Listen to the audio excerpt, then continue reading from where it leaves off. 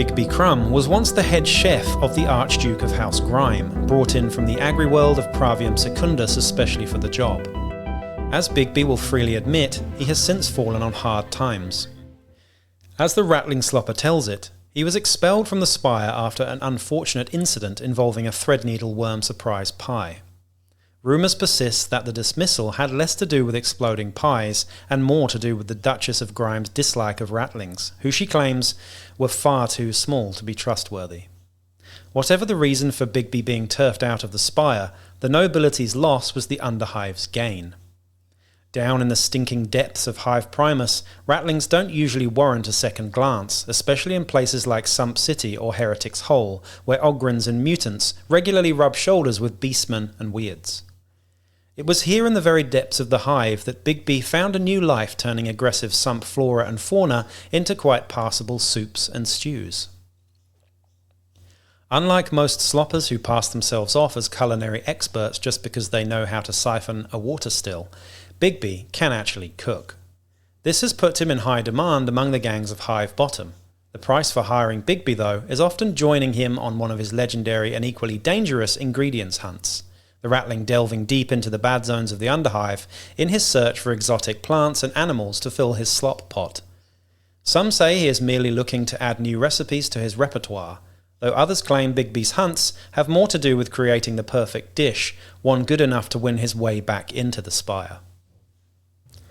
Hello there, and welcome to Wellywood Wargaming. My name is Damon, and in this series I'll be exploring all of the hangers-on in the game of Necromunda. I have done 2 previous series. One was all the hired guns, 60 videos, so if you haven't watched that, go and check that out as well. And all of the agents in Necromunda as well. Now we are into the hangers-on, so I'm going to do little bite-sized videos of each of these hangers-on, starting with the Dramatis Personae versions of them, so the special characters. Before I get into it though, please do like, share, subscribe, check out the Patreon as well.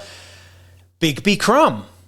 Right then, this guy is, I think, is he the only Ratling in the game? I think he is the only Ratling in the game of Necromunda so far. A Ratling is basically a space halfling, if you don't know your 40k lore. An abhuman, similar to an Ogryn or a Squat. These guys are not aliens, they are just mutated versions of humans. He's a tiny little guy, a bit like Frodo Baggins, and he is a cook, a halfling cook. This guy is a slopper. Now you can get your regular sloppers, we're going to talk about those in another video. This guy is a special slopper. He's 50 credits to hire in your gangs of Necromunda, which is pretty cheap considering what he does.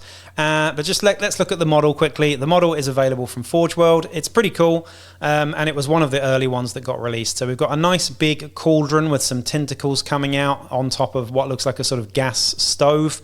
You've also got a lid there as well, and the actual model for Bigby Crumb himself. Really, really cool, with a sort of ladle and a stub gun, and a bunch of sort of like chef's trappings as well, with a little hat there as well. Looks very grumpy as well. Very cool one. I think this one would make a really good addition to a little sort of market square. Bigby Crumb just being used as the slopper at that market square would be really, really cool if you're going to make some sort of scenics up for Necromunda. Anyway, that's the model. You can get that from Forge World. It's a pretty nice one. I know people really love this character. He's pretty cool. But yeah, 50 credits for your slopper. He's more expensive than a regular slopper. However, he does have some special rules as well. So, stats-wise, we've got a movement of 4, so he's fairly slow. Weapon skill of 5+, and a ballistic skill of 4+. A strength and toughness of 2, because he's only a wee nipper. Wounds 1, initiative 2 up, which is fantastically good.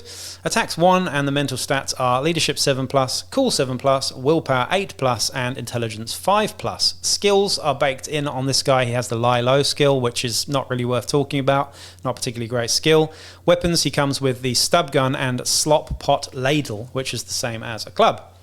Before the battle, roll a d6 for each fighter that is in recovery. On a roll of 6, they are no longer in recovery and available for this battle. A constant supply of good food has helped to recover more quickly. So, that is the normal slopper rule. So if you have a slopper in your crew, for each fighter that is in recovery, if you roll a 6, they come back into the game. Pretty good to have. It's situational. Sometimes it comes up, sometimes it doesn't. You've got to roll a 6 to make it go, though. In terms of his unique special rules, though, we've got the following. So, Slop Pot, represented by its own model.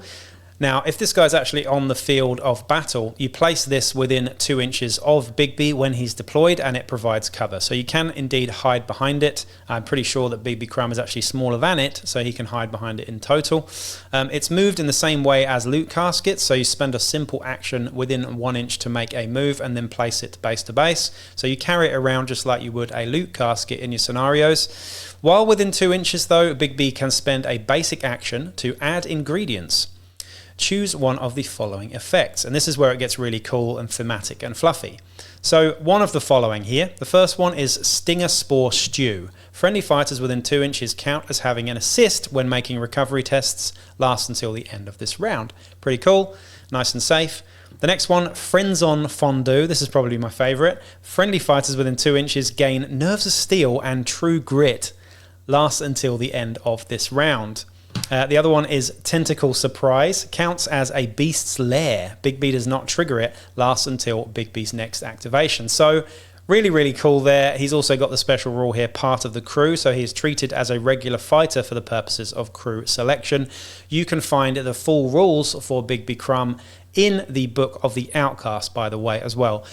Okay, so just going back to those 3 special rules quickly, we've got the Stinger Spore Stew. Friendly fighters within 2 inches count as having the assist when making recovery tests. It's pretty situational, but it's nice and helpful. Again, this is a basic action to actually do all of these as well, so that's worth thinking about. The Friends on Fondue, I think, is great. You could park, say, a heavy bolter or something equally as disgusting that doesn't have Nerves of Steel or True Grit next to Bigby Crumb and just have a unstoppable heavy bolter platform or something like that would be really, really nice. So that's an option for that one too. Pretty cool. You could put your heavy next to him and just have, not be able to get pinned as easily. That's very helpful indeed. We've also got the Tentacle Surprise. I think this one's probably the most useful. You could park Bigby Crumb and his pot next to an objective in a scenario and use that as a Beast Lair token. Beast Lairs are pretty nasty. If you go near them, they certainly cause a lot of mischief.